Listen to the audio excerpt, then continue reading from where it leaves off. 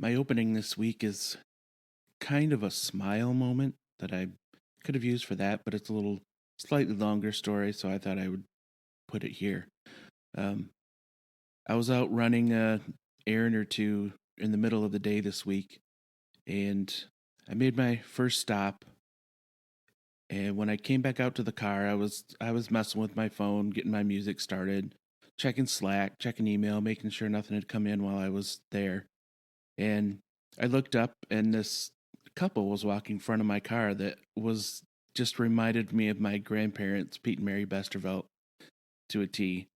Um, and they walked along the front, and the guy put his hand on the hood of my car and was kind of walking along that way. And then he grabbed his wife's hand and braced himself on my car and um, grabbed her hand and helped her off the curb.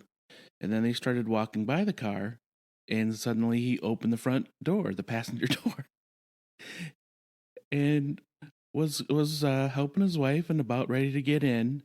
And then I just kind of looked up and said, "I think you have the wrong car." I mean, I wasn't mad or anything. I thought it was kind of funny.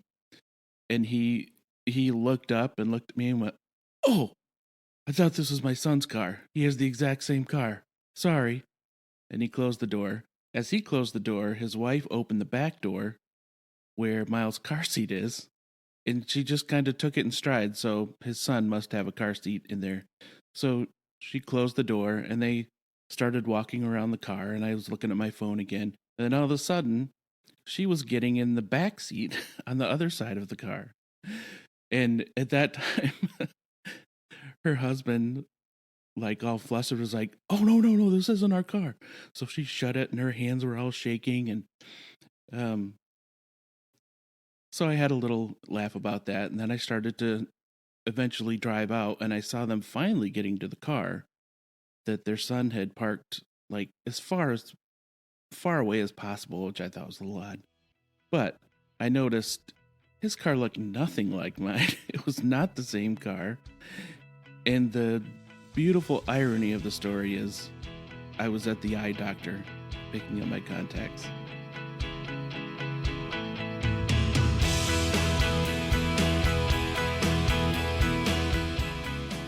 Welcome to Becoming Chick and Pop, a podcast about our family, past and present, for our family in the future. We discuss family, marriage, faith, and all the things that made us Chick and Pop.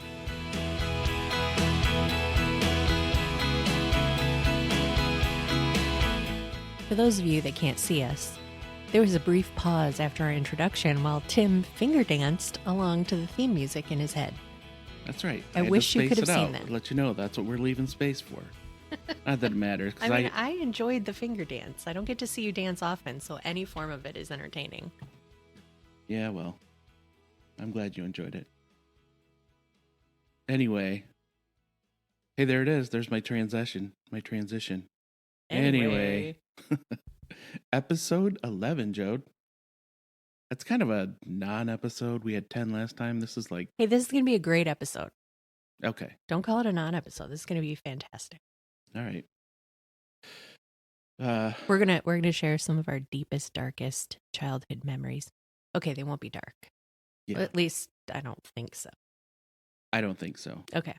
Well, you never know. We had a little trouble getting motivated this morning, didn't we? Well, here's the deal. So I put together a whole kind of run a show. Okay, this is our topic. Here's some of the questions and prompts. Tim needs more prompts than I do. I can pretty much vamp anytime, any place if you give me a topic. You need some prompts, right, to help you along the way. This description could take the full hour if we let it. I put the run a show together, and I woke up this morning and I was like, I don't want to talk about that.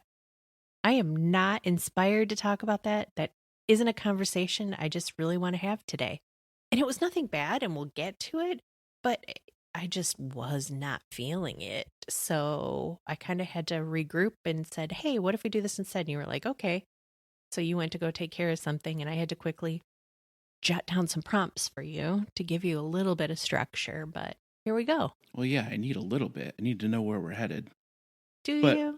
What I was getting at as far as motivation is the weather report Mm. for this entire week and Yeah. into this morning has Yeah. been is the best I Yeah. can describe it. Yeah. And I'm feeling that hangover, It's you just know, been gray. and wet It's Michigan. and cold. Wet and cold, but I don't remember it raining at all. Oh, it rained. I know it did, but Yeah. it's just wet all the time outside and Yeah, gross. it's been November in Michigan before it snows, which means gray and wet and just bleh. That's kind of what December, January, February have been like Yeah. for a few years now too. Yeah. Oh well, let's not get on global warming. All right. Let's keep it light. Okay. So, Tim, tell me, do you have a laugh, smile, cry, someone that impacted you want to share this week? I do. I kind of have a combo. Well, you already heard one of my smiles in the opening, Yep. but the other one was we talked last episode or the one before about some people that had impacted our early childhood, and I talked about some guys at our church that weren't like huge, like giants of personality or anything like that, Mm-hmm. but just had made that silent impact on my life. Well, I walked in today. I walked in this week after what was I working on? Oh, Christmas lights. putting the lights up, which also turned into cleaning out the gutters at the same time. Sure. So anyway, I walked in and I said to you, "Hey, look at my Marty Duttons," because And I knew exactly what that meant. you did. My hands were filthy. The fingernails were all black, and it just looked like I'd been working on an engine or something. But Mm-hmm. they were nasty. Anyway, check out my Marty Duttons, because Marty Dutton was a mechanic that went to Mm-hmm. our church. Yep. And funny, like little guy with hands that were like pinchers. We always said, "There's no wonder he's a mechanic because his little fingers are like pliers, you know." Yeah, his hands were crazy strong. Yeah. And the other thing I remember about him is he never really opened his mouth very much. If you didn't catch that, I said he never really opened his mouth very much. When he talked. Very monotone and just kind of said what he needed to say. Uh-huh. Yeah, That was that's it. pretty good, wasn't it? That was really good. Yeah.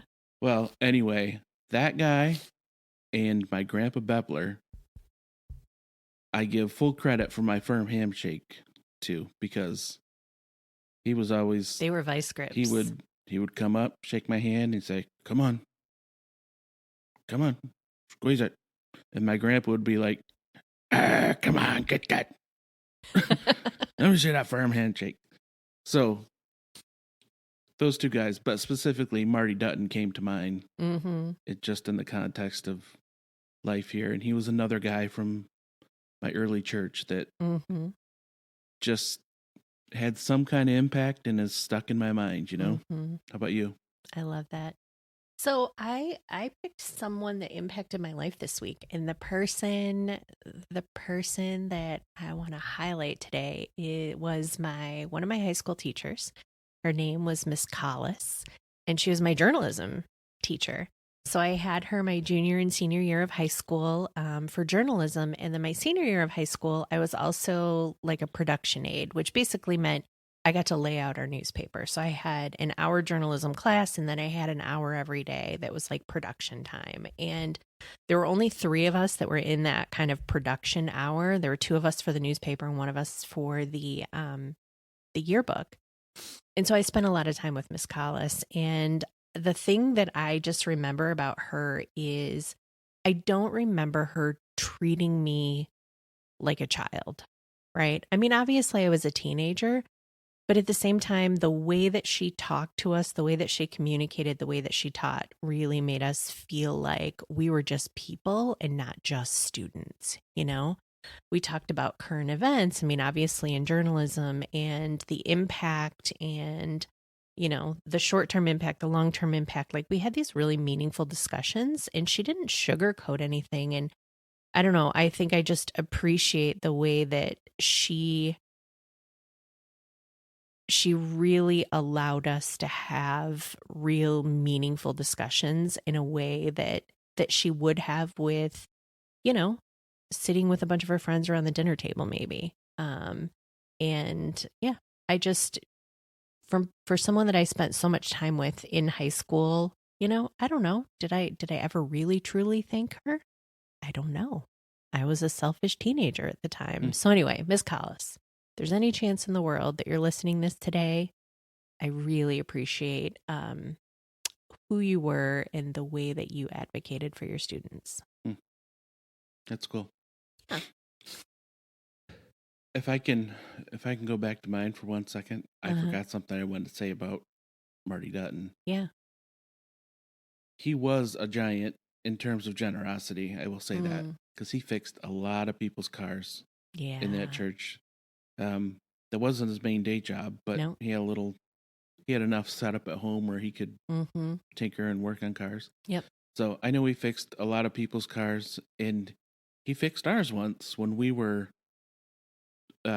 financially unable Yeah. to get my car Mm-hmm. fixed. And we chatted with him about it. I wondered, I think I was asking if he thought I could Do it. do it Yeah. on my own. Yeah. He eventually said, "You buy the part, I'll do the labor and put it all on and get it done for you." And that is a very clear moment that sticks out. Mm-hmm. That was just, he was very kind. And it was hard to crack back that, get past that tough little shell, But Yeah. But he was not just a tough. really nice guy. He was a marshmallow on the inside. Yeah. I love that. Well, I think my Miss Collis story was kind of the inspiration for what I want to talk about today during the podcast. I want to talk about some of our kind of, core memories from elementary school, from middle school, from high school. I think that might be fun to share some of those memories. Sure, you got one? Start Well, out? I mean, I think the one thing that I would share that's really important about kind of the way that I grew up and the way that I spent my time. So, obviously, as a kid, you spend a lot of time in school. But outside of school, I was fortunate enough to live in a subdivision where there were lots of other families that had kids my age and the age of my brother and my sister. And so there was a core group of us that all lived on our street. We were kind of like our little gang. Blanche was the name of the street that I grew up on. And we were outside all day, every day where we weren't in school. Unless it was obviously thunderstorming or something. But I spent a lot of my childhood, elementary school into middle school too, like maybe up until high school, where kickball was like a daily occurrence. I think I was sharing with you in the last week or so, there were two different kind of kickball fields. One was in the street, and the lines in the street, and like the storm drains, like we had a storm drain that was first base and third base, and then it was two backyards that were right next to each other that spanned another kickball field. And so we kind of changed that up. We played tennis ball, baseball, which was really fun. We spent a lot of time in the trees and the fields behind my house. So our subdivision on three sides was fields. And then there were lines of trees and a creek and then more fields. And then, so anyway, you could just kind of wander forever. So we spent a lot of time exploring, and we had one particular tree that was our tree fort. And yes, where my friend Buddy Becker did fall out of the tree and break his arm. It was the only negative occurrence that happened, but I don't know. I just have a lot of really good memories of the time spent with that Blanche Street gang playing games outside. I'll be honest, I was jealous of subdivisions like that growing up Yeah. because our subdivision was the whole street, actually the whole block is duplexes. Mm-hmm. So you had a lot of people moving in Yep. for a while Mm-hmm. until they bought a house. Right. We were the ones that have been there forever. So anyway, it was a revolving door Yeah. of people moving onto that street, moving out. Yeah. So pretty early, I had my friend Larry Klusak that lived right next to, in the unit right next to our house. Mm-hmm. Spent a lot of time with him, Mm-hmm. getting in trouble, doing things we shouldn't have, You? for sure. Yeah. There was the opportunity at his house. Okay. So Um, but then they moved to a house, and Mm-hmm. I saw a social the other day of Mike Nowak, who's another guy that moved into that house or next door. I can't remember. He was there for a little while, moved Mm-hmm. out. There was another family that was in our duplex on the other Mm-hmm. side for a while. They moved out. Mm-hmm. So I'd have little chunks of times where I'd have a few friends Yeah. and we'd play the wiffle ball and football and whatever in our front little yard there. Yeah. And then there were times where there were no kids on the Mm-hmm. block. Mm-hmm. So I remember being outside just dribbling a basketball because we didn't have a hoop. Mm-hmm. So I was just dribbling around. And that sounds negative. I'm just saying there were times when I had some friends, times that I didn't. So Yeah. I mean on the street. Yeah. One of the other cool things that I remember about elementary school is um so the elementary school that I went to. Let me tell the bigger story here. So my parents moved from Dearborn to Brownstown, Michigan when I was 5. They built a house in this subdivision. The subdivision was just going up, so it was like a new build. We got to move in. The house wasn't ready until I think October. So my mom drove me back and forth to school because they wanted me to start school in the district that I was going to be in, obviously. But the interesting thing was my elementary school was also still being built. So I started at Gudith Elementary School, and then Waginka actually opened in January during my kindergarten year. So we all moved to Waginka when the new school was finally ready in January. And I was the first class of students to go all the way through school at Waginka, so kindergarten through 5th grade. And, if you went down to the end of our street and kind of looked across the field, you could actually see the elementary school.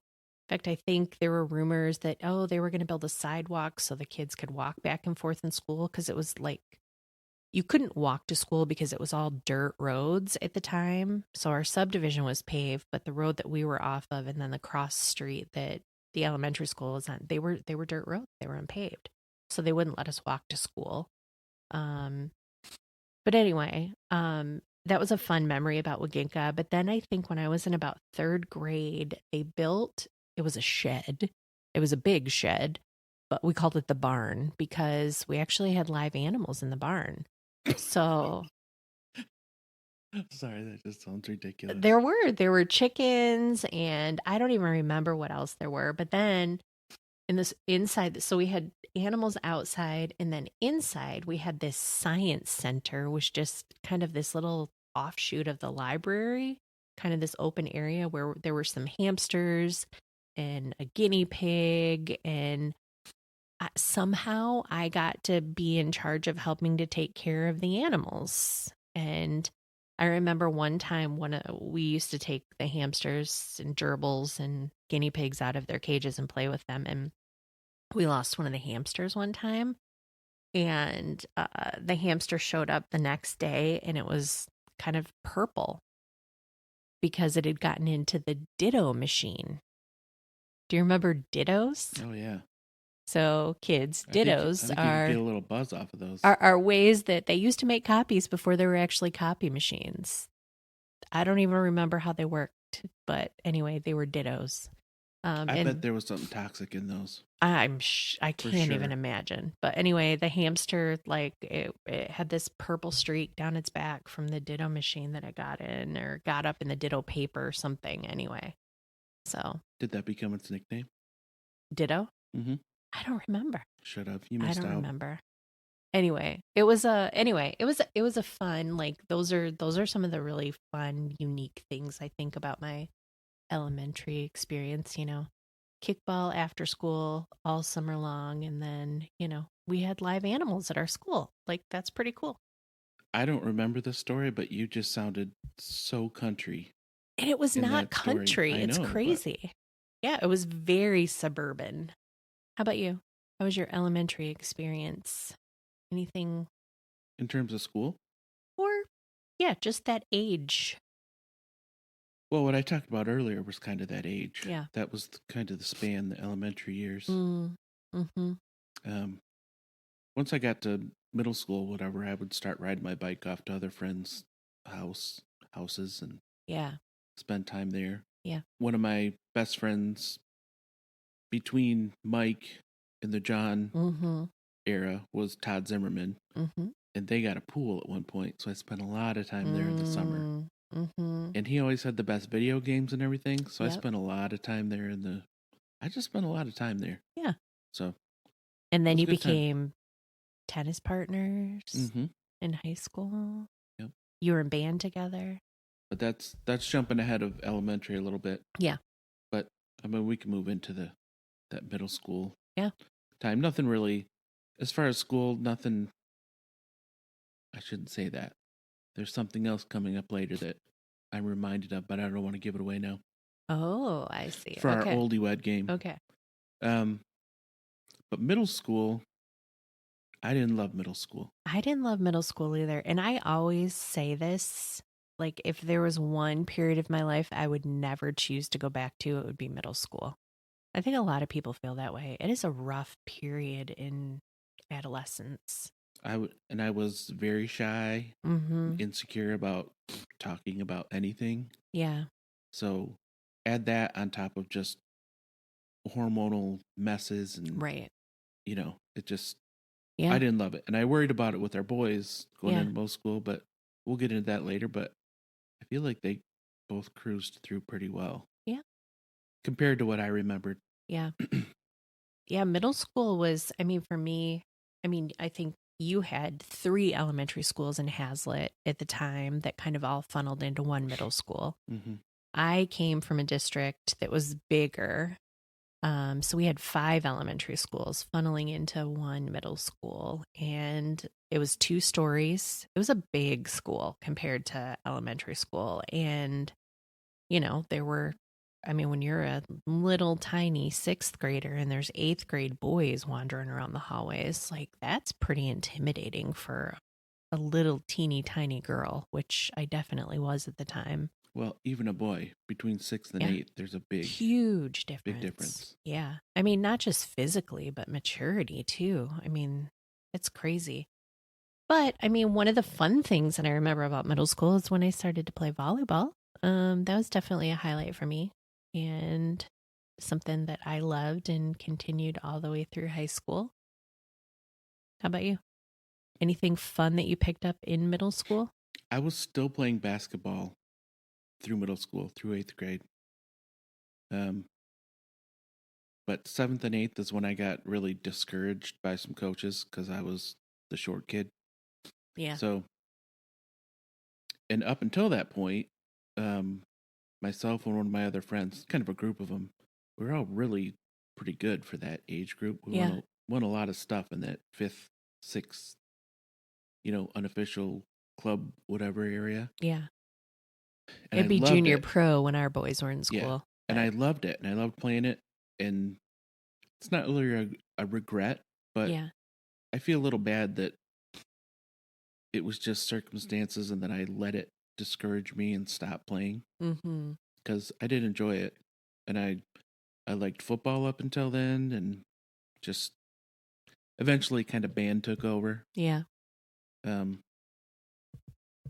But mostly because I had abandoned the sports. Yeah. So I should also mention when we're talking about sports that I started with t-ball in kindergarten and played softball all the way through middle school too.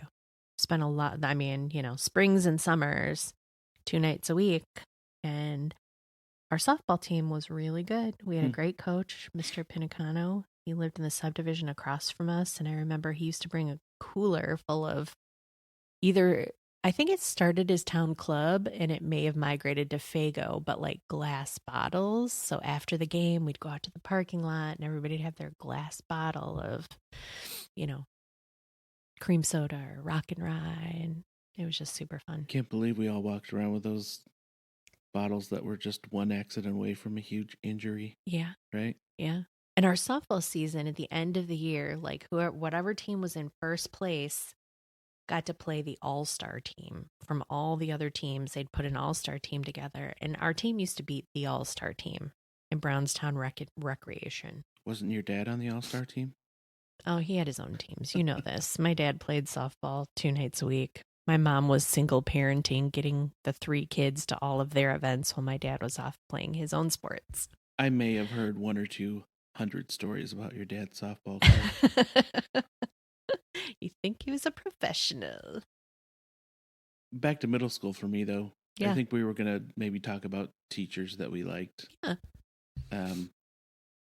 I had a teacher in middle school. I already mentioned my art teacher I had in middle school in a previous episode, so that was kind of one. But really just kind of one moment that stood out to me from her. But another longer range one was Bill Rumsey, who was like our arts and literature or something. I forget what they called it. Yeah. I don't know. Something with reading and a workbook. And I remember the workbooks. I remember the last day of the year. I guess we had him the whole year in middle school still. Yeah. He told all of us that he wanted to have a slam dunk contest into the trash with our workbooks because we were all done. So, some people got really into it, and I did some very lazy flip over my shoulder that went in because I was not into that kind of attention. That was the middle school awkwardness showing through there. But to pull that story into the future, at least Zach had him still when he was in middle school or high school, I think. Yeah. He moved to high school. And I think he was subbing at the time, wasn't he? Was he still teaching full time? I don't know. Between that and being around because his son played tennis with Zach. Yeah. Yeah. I interacted with him around the courts. As an adult. And I realized that guy would have been my favorite person because he was just ultra sarcastic and very dry. But people didn't get him, so we were afraid of him. Right. And I wish I could rewind and just give him so much crap when I was in middle school. Because he would have loved it. So fun, and he would have loved it. Yeah. So I tried to make up for it as I knew him as an adult. And you did. And Zach was not afraid. Right. So he let him have it. Yes. So that was that's where Zach didn't struggle as much with the shyness and everything. Yeah. Oh, well, thank goodness we both survived middle school. And I got braces when I was in middle school and carried them through into high school. Yep. I was one of those poor me for, I think, 2 full years of braces and 2 years of retainers. And yep. Did you talk like this? No, of course not. No, my teeth were a mess though. Yep. Never had Add braces. to the awkward years. I know. You and Toby. Yeah. Zach, unfortunately. Zach has a little bit of a mess in his mouth. Yeah. Poor Zach. Zach was born missing 5 permanent teeth. They just never developed. That's right, 5. So 4 of them are the same tooth, and then 1 additional tooth, like he just never grew a permanent tooth. What do you mean 4 of them are the same tooth? I mean the same position tooth, top, bottom. Oh. Yeah. It's like, I don't know, whatever they call them, whatever numbers they are. Yeah. It's one of those things that made total sense in your brain, isn't it? Yep. 4 of them were the same tooth. It's like a riddle. It's a Jody riddle. Listen to what I mean, not what I say. That's right. Hey, you want a total out of the blue thing that I thought of with elementary school? Yeah. This is another Stevens Lay it thing. on me. They had like pistachio colored toilet paper at their house. Do you remember different colors of toilet paper? No. That the world was different back then. Did it match the bathroom? Yeah. Wow. And there's a way more embarrassing story that I'll tell with the Stevens of why I remember for sure it was that pistachio green color. Okay. But I think they offered various colors. I don't remember that. Right? What a supply chain issue. Man. Can you imagine during COVID? No, Oof. I only want the pink toilet paper. Yeah. Well, things were different. Yeah. So, I think high school, like so many pivotal things happened for most of us during our high school years, first dates, start driving a car, get some independence. Do you remember your first date? Not really. No? I'm sure I know who it was, but Mm-hmm. I don't remember the specific date. Mm. It might have been some youth group activity. That's not really a date. Yeah. She went to a different church here in Mm-hmm. town. Yep. You gonna ask me your name as part of our oldie wed game? Because I know who it is. No, because that's too easy. Okay. Do you know who my first date was with? Buddy Becker? No. He went on. I double dated with him on my first date, but he It's was the not only my name I date. remember. He was my first high school boyfriend. Johnny Fricacciano or Jenny Goodell and Buddy Becker went on the double date with me and my first high school boyfriend. so you're saying Johnny Fricatano? Isn't it real name? You're really cracking yourself up here. Wow. I am. I like that one. No, I Okay, never who was dated. it? Bert Hudson. Oh, Yep. all right. That rings a bell now. Yep. We went on a double date. It was, I think it was like, I don't know, maybe winter. It was my freshman year of high school, and Buddy could drive. My parents let me go because obviously I'd grown up. He lived a couple houses down the street. Our parents were friends. So, yeah, my mom and dad were like, okay, you can go. Buddy's going. And Jenny and I had been friends since middle school. We played volleyball together. We were locker mates. Yes, we had to share lockers when I was in high school. And yeah, we went to the movies and then we drove around Elizabeth Park. And then I think we went home because we didn't know what else to do. I was 15. Yeah. Have I told you how? Well, you mentioned his name, so Yes. Candy was. Candy Seeger. Yeah. Yep. Did I tell you how we kind of first decided we were going to go on a date? Or Oh, I don't like, know. Do tell. we obviously we got to be good friends somewhere, probably in band. I think. Yep. We Well, were and both in band. she was probably friends with John because they went to the same church. Yeah. Yep. Yeah. So there was some crossover. Yeah. So I was doing some stuff with their youth group too. Yep. The time where it sort of progressed, I was still working at Foudy's right next to Stevens Yeah. on Hazlitt Road there. She was driving by, might have still had her permit, Okay. or if she was 16, driving by with her mom, turned and said, "Hey, that's where Tim works," and then slammed into the back of a car. No. And she hit her face on the steering wheel. So right before the railroad tracks on Hazlitt Road. Yeah. Yeah. Yeah. I think Because she the was office going the is- other way. Oh, okay. So just after. Yeah. Yeah. So major accident because she was pointing out Oh, where I worked. no. So it got her face and nose, and she was all, bruised and messed Yeah. up. So This is long before airbags, kids. I Sorry. I took some candy and some pop and some snacks and stuff over to her house as a little gesture, and then that's how it kind of started up. I see. Yep. You were wooing. Yeah. You were wooing Candy with candy? I couldn't resist it. And you pick on me for dad jokes. Oh. But that was probably when I was a junior. Yeah. I wasn't much of a lady the man Yeah. up until that point. That's all right. I got you. I was just too shy. Yeah. Too shy to take any action. Oh, and also, I don't know where I would take anyone on a date. I couldn't go to movies. Right. I couldn't go to dances. Right. So we were talking about this the other day. Yeah. It was pretty much going out to dinner or going to get ice cream. Right. At Swenson's. Swenson's. All right. Tell me about your first car. My first car was the family hand-me-down. It was a Oldsmobile Omega. It was kind of maroon, but the top of it was like all faded out, washed out. It was a known issue with the Oldsmobiles. So if you wanted to, you could wax it and you could get all that film off the top of it and it would shine a little bit. Okay. But for the most part, it was just a junker.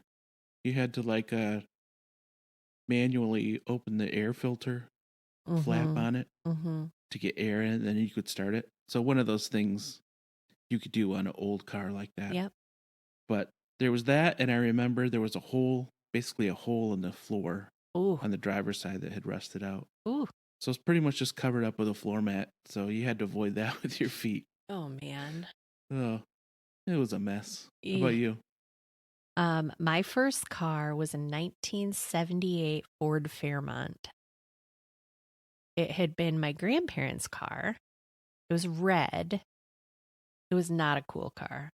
And I do remember, so my parents bought this car for me because I had just gotten my driver's license and the two cars they were driving at the time. So my mom drove a full-size Ford Econoline van because we needed something big enough to pull the 28-foot travel trailer for all the camping we did. And my dad drove an Escort wagon. Well, my dad worked, 7 a.m. to 4 p.m. in Dearborn every day. Was that the Econoline, affectionately referred to as Butterscotch and poop. that's the It one? was a version. It was Oh, probably okay. wasn't the same one, but we had multiple that were like the two-tone brown. So you probably knew the later version. But I didn't want to drive. Like, that was scary. I mean, I remember having my permit, and my dad's car was a stick shift, and I didn't know how to drive a stick. He did try to teach me how to drive a stick once. So we went up the road that we lived on about a mile to the high school parking lot. Student parking lot was huge because, again, it was a big high school. And he tried to teach me how to drive a stick. It didn't go well, and I walked home. I can see that. Yep. So had no desire to learn how to drive a stick. So my only option at that point was the van, which was slightly terrifying because I weighed like 95 pounds and it was this huge beast, full-size van.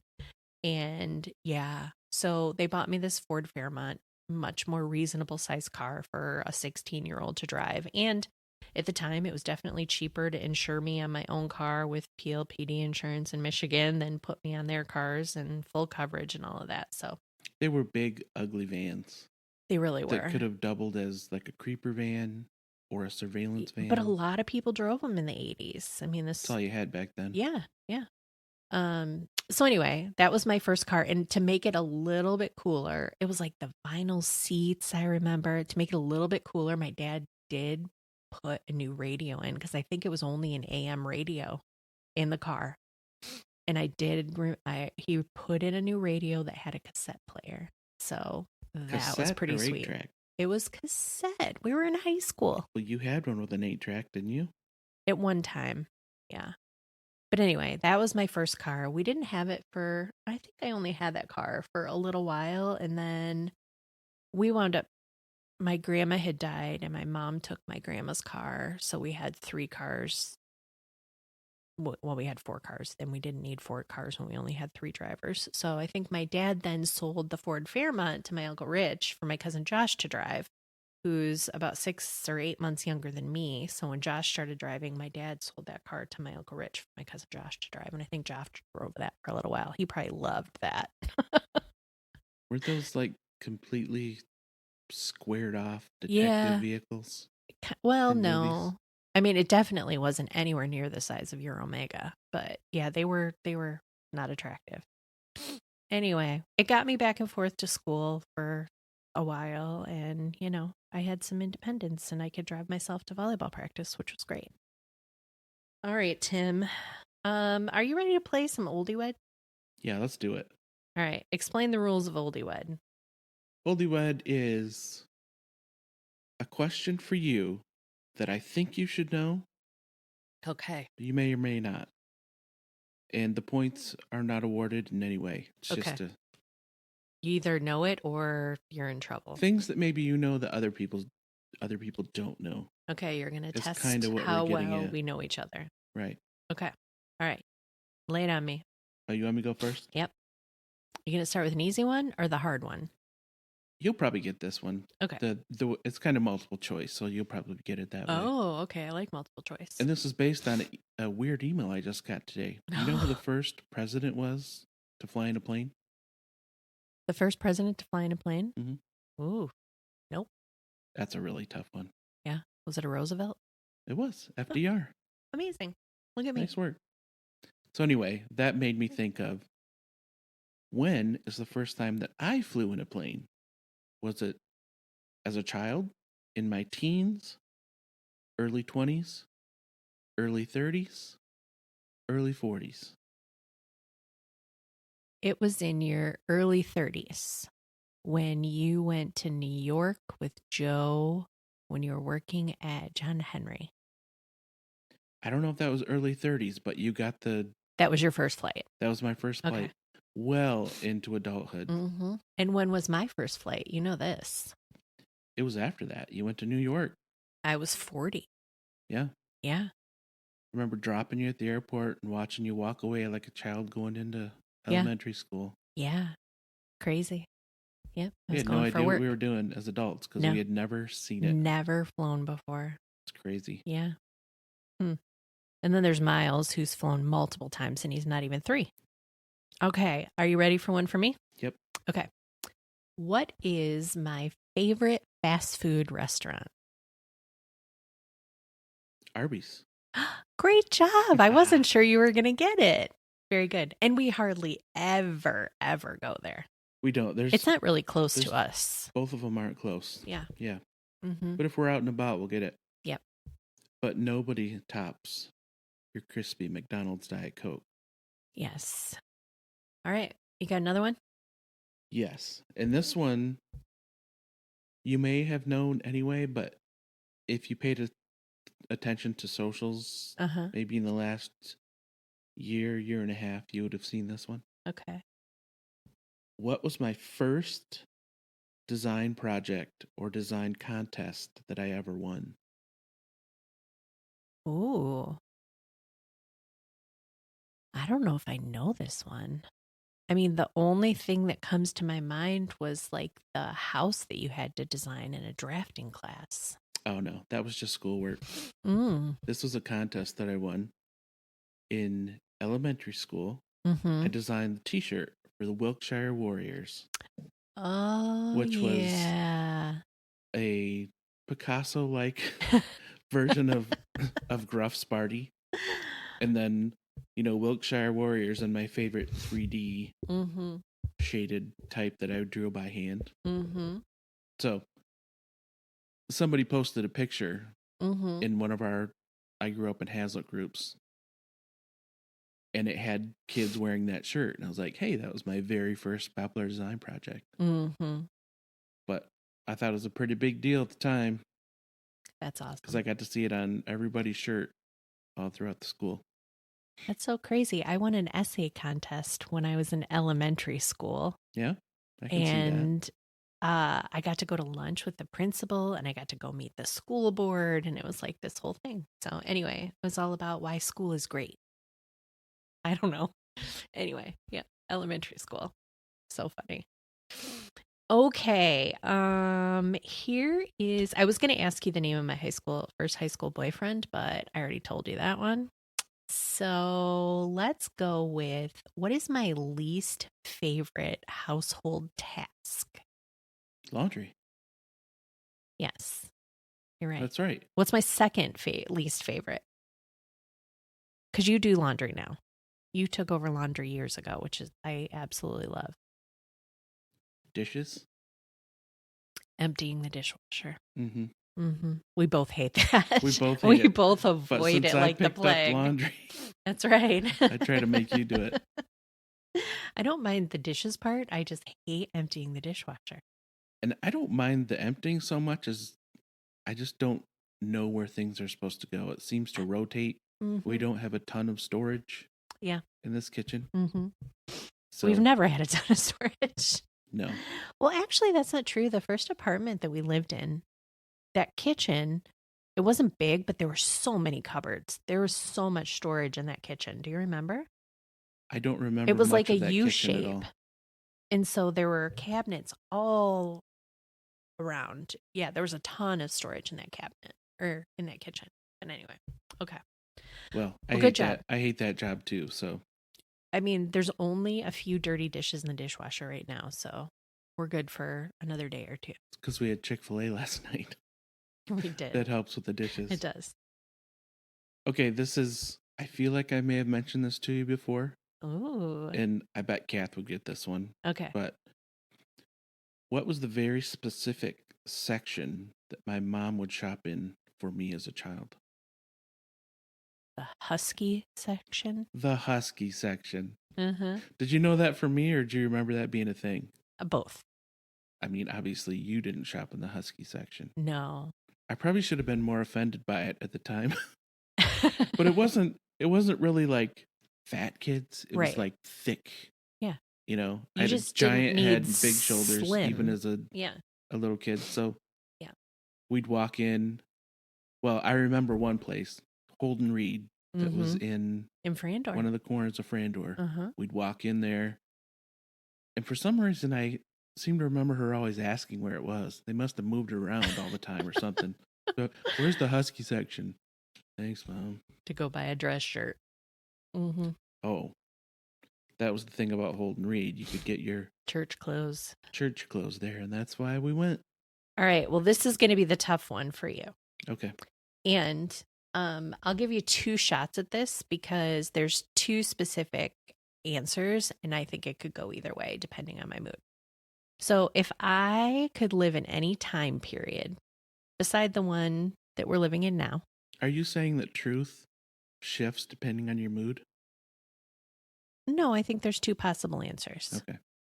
Any specific time period that I would choose to live in that isn't the one that I've lived my life in today, what would that be?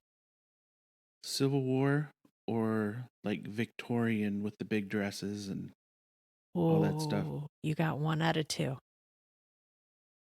Victorian? No. Civil War? Civil War was definitely my first. I've always been fascinated with that time. And then the second one would probably be like the civil rights era, like in the 60s. Yep. Okay, well then I'm thinking of TV shows you like to watch. No, but there is something about the Civil War era. And I mean, I think initially I was attracted by like, oh, I want to wear like all the big hoop skirt dresses and like live in a plantation house and like how cool is that? But then I think over time it was like, wow, just really trying to understand the cultural shifts that were happening and, yeah, just the romanticism of, that those big southern houses with big porches and women in big poofy dresses and I thought was Big winters. yeah. But the flip side of that is like wow, things were really messed up. And I get passionate about social justice. So I would have wanted to go back and play my part and try to right some wrongs. You'd have been in trouble. Yep. Well, that was fun. We'll have to do this. We'll have to do this more and more. Yeah. Well, on to another recurring segment. What are you listening to, have on repeat, reading? You can be watching, I suppose. I'm kind of like in between reading, listening right now, but a new show that we started watching this week that I'm really enjoying is Tracker with Justin Hartley, aka the Manny, Kevin from This Is Us. Anyway, I think it's an interesting spin on a show that you've probably seen a million times, but how about you? What are you reading or listening to this week? What are you listening to this week? Let's be real. Let's be real. No new reads right now. Well, honestly, I haven't picked up a book. I'm trying to power my way through the Old Testament finally. I don't think I've ever made it all the way through. Have you? Yes. You've probably burned through the entire Bible, haven't you? In Yes. a month? Maybe. Less? Well, I'm trying to finally get through that, so I'm not putting anything else on there till I can try and get through there. But listening, I'd be lying if I said it wasn't Cody Carnes. Take you at your word. Just constantly in my brain, on repeat in the car. Great song. Yeah. Along with a couple other, but that's the main one. Just can't get it out of my head. Yeah. Talking about the Old Testament, just something else. At church, we've been working through this E to E series, Eternity to Eternity, for 2 years. I don't know. It's Mark been a doesn't long. do anything in under 3 years, I think. Yeah. Anyway, so it's basically walking through the Bible. And the last several months, anyway, has been, we've been talking, we went through kind of the life of Saul, and now we're into the life of David. And I am so engaged and invested in this story. And yeah, I am absolutely like enjoying it like I never have before. You know, the drama around Saul's kingship and the way he was God's anointed, and God removed his blessing from Saul and placed it on David, and the journey that it took David to get to be king. You know, it was a lot of patience and restraint that he had to practice. So anyway, speaking of Old Testament, something that I've really, really been enjoying. Mm-hmm. Well, to go back, this song popped into my head. I was already listening to it, but as we heard that message last week from Art, it was like wham. It was just like lined up so perfectly with what he was talking about. Yeah. So, of course, that starts, I still pay attention, but that starts spinning in my head, which most of the time happens with me. It reminds me of a song. Right. So that's where it started, and it has just kept on going. So, all right. I think this is a great place to end. We're going to do some Saturday things today, and before Spartan football and Spartan basketball today. Big day. Big day. And then hopefully the Lions will raise my spirits tomorrow after today. Who would have thought you would have been saying that 5 years ago? Not me. I know. Not Zach. I know. I haven't had to do my apology. Week 9 apology to Zach for making him a Lions fan yet. That's right. 2 years now. Yeah. But every other year before that, I'd issue the apology for making him a Lions fan. Yeah. Hopefully we're getting past it. Mm-hmm. All right. Well, future fam, in case you listen to this someday and we have never met, we love you.